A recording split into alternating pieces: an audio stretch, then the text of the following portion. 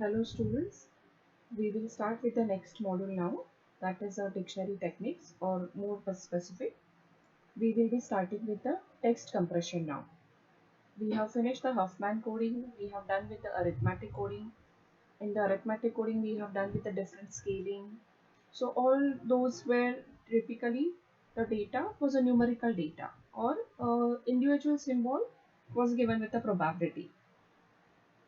Now, dictionary coding is different from the Huffman coding and arithmetic coding. In what way it is different?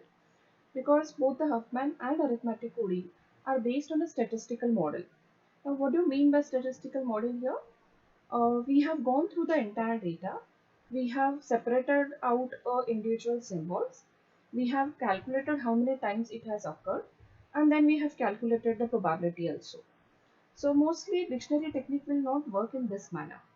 In dictionary-based data compression techniques, a symbol or a string of symbols generated from a source alphabet is represented by an index to the dictionary constructed from the source alphabet.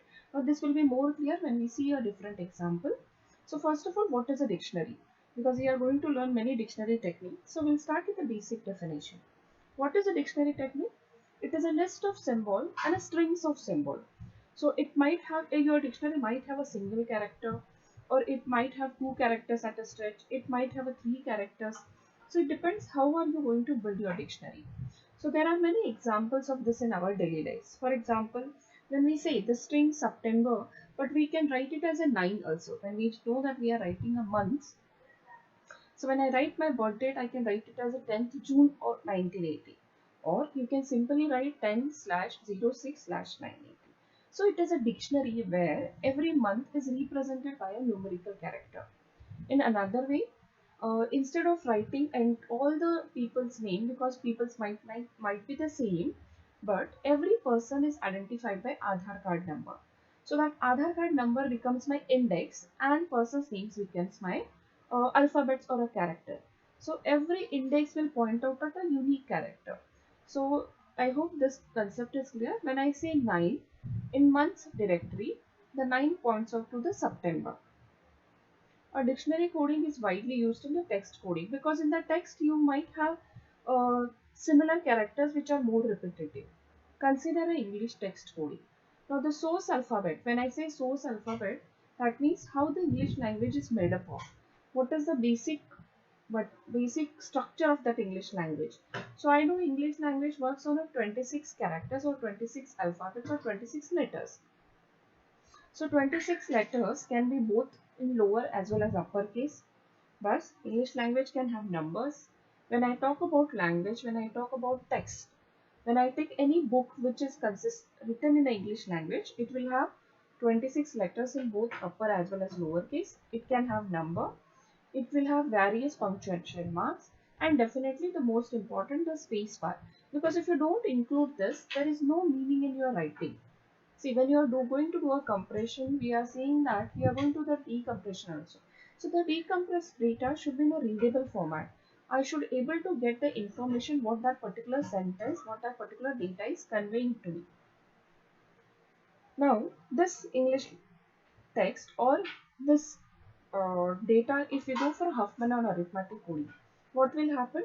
The arithmetic coding treats each symbol based on its occurrence probability. For example, how many times that individual letter, individual alphabet has come. So we consider that mostly the arithmetic coding or Huffman coding say that the source is a memoryless source.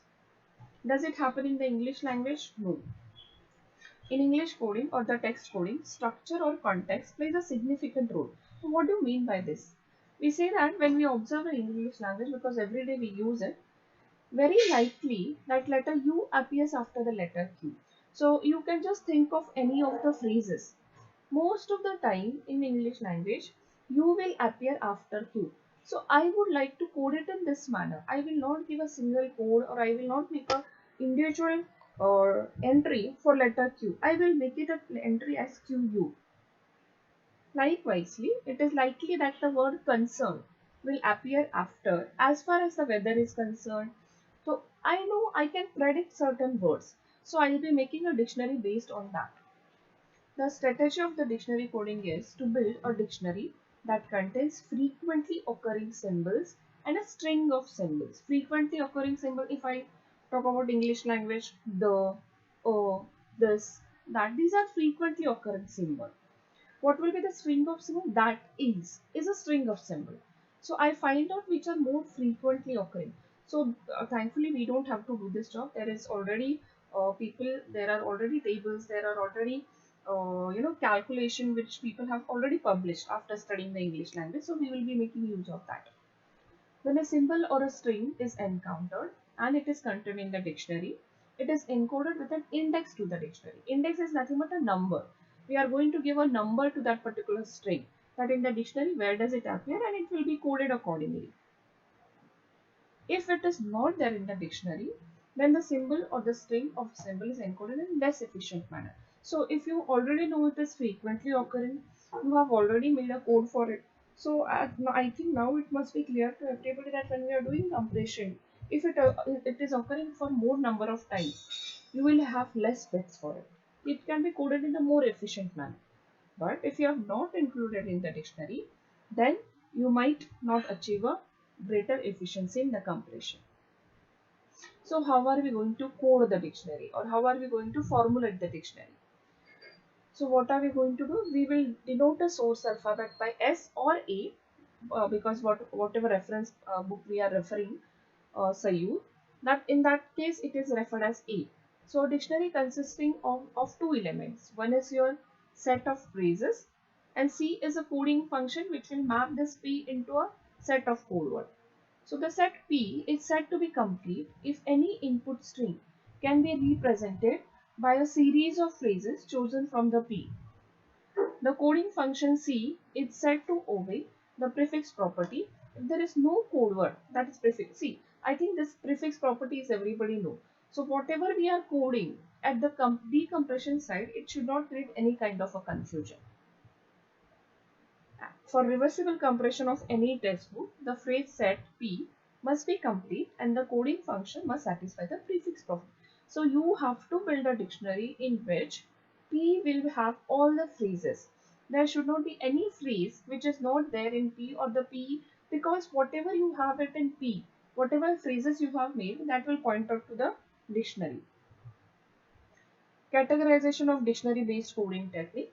Now dictionary, how are you formulating the dictionary will define the efficiency of your technique.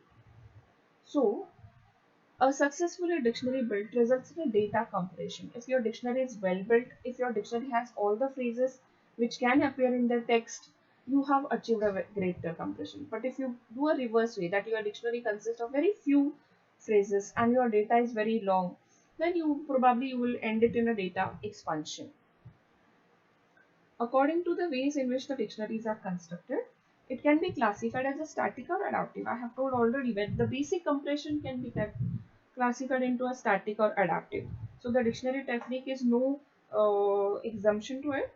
Dictionary is also can be classified as a static or adaptive. So static dictionary coding, it is a fixed dictionary, as the word says, static.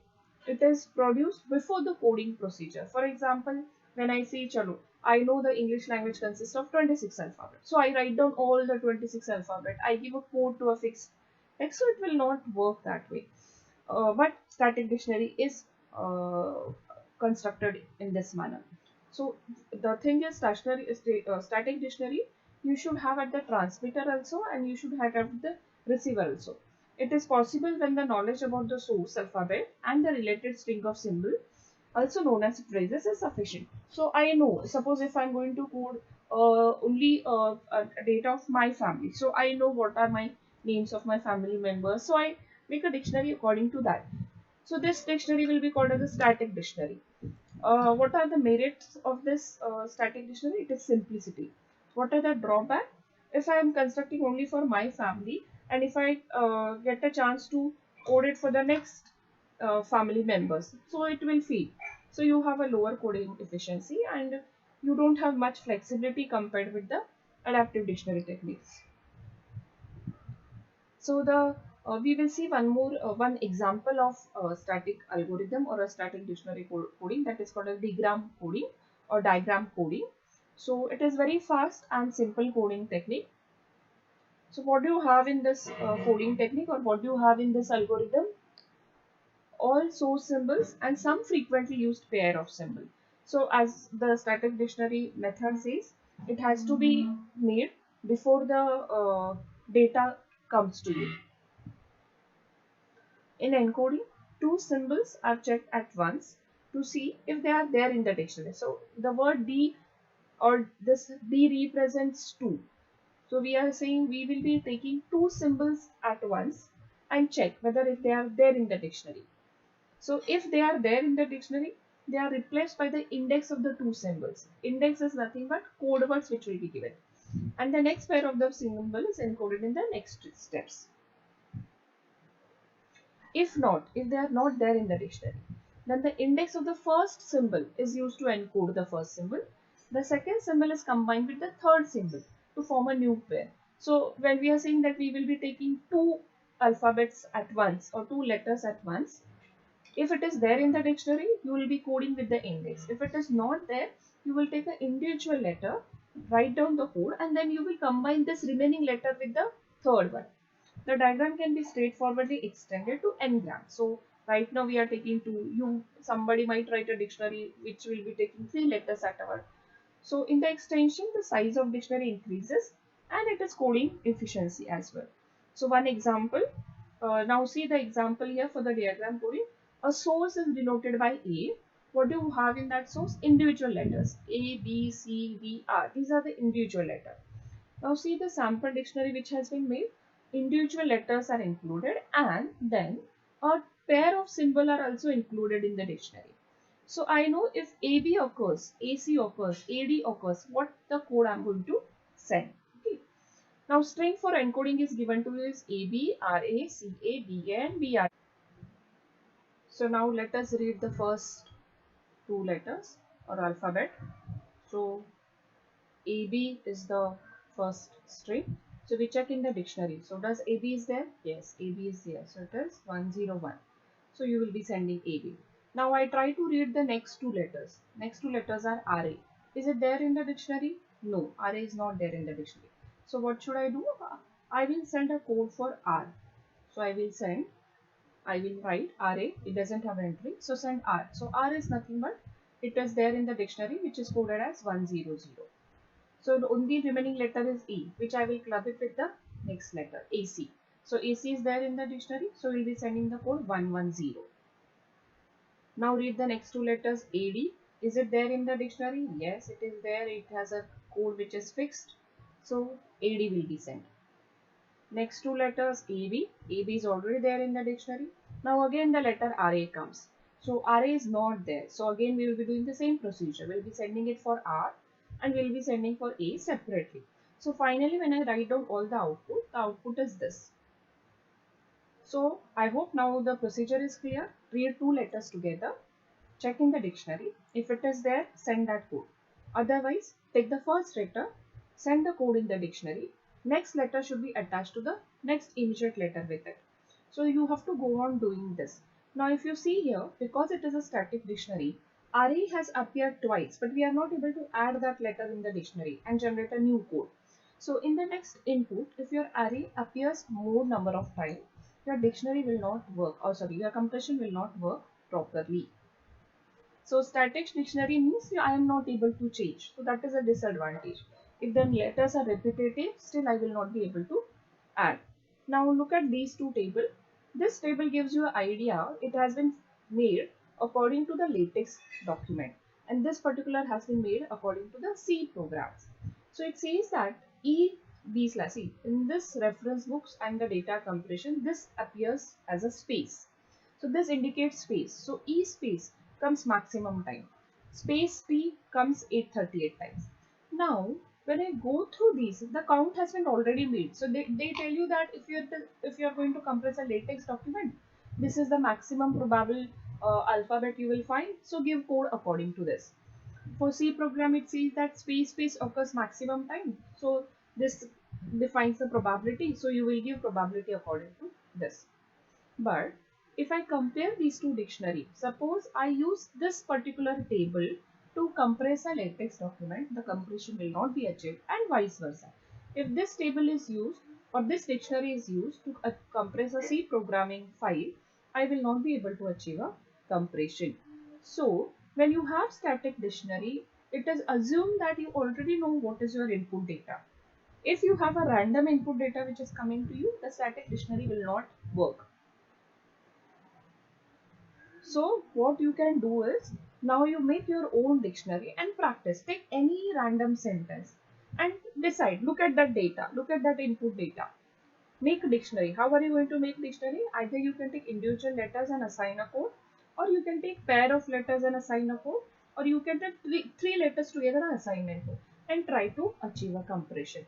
So I hope in this particular video, what is a dictionary technique, what are the types of it, and the first static dictionary technique is clear to you. From the next video or in the next video, we will start with the adaptive dictionary technique. So I hope in this particular video you don't have any kinds of doubt.